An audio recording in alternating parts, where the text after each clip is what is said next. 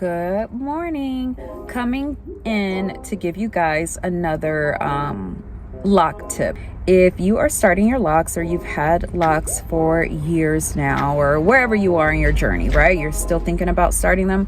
Here's a tip. Wash them whenever you want. I remember on my very first lock journey years ago, the lady was like, okay, she twisted my hair and then, or she twisted my hair or whatever. And she said, okay, you can't wash it for a month. And I'm like, what? A month?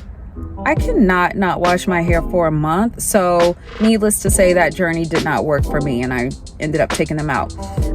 When I did it again, when I started locking again, I think I was washing every 2 weeks or so. Now I'm washing like every week or every 2 weeks because that's what works for me. So what I'm trying to say is do what works for you.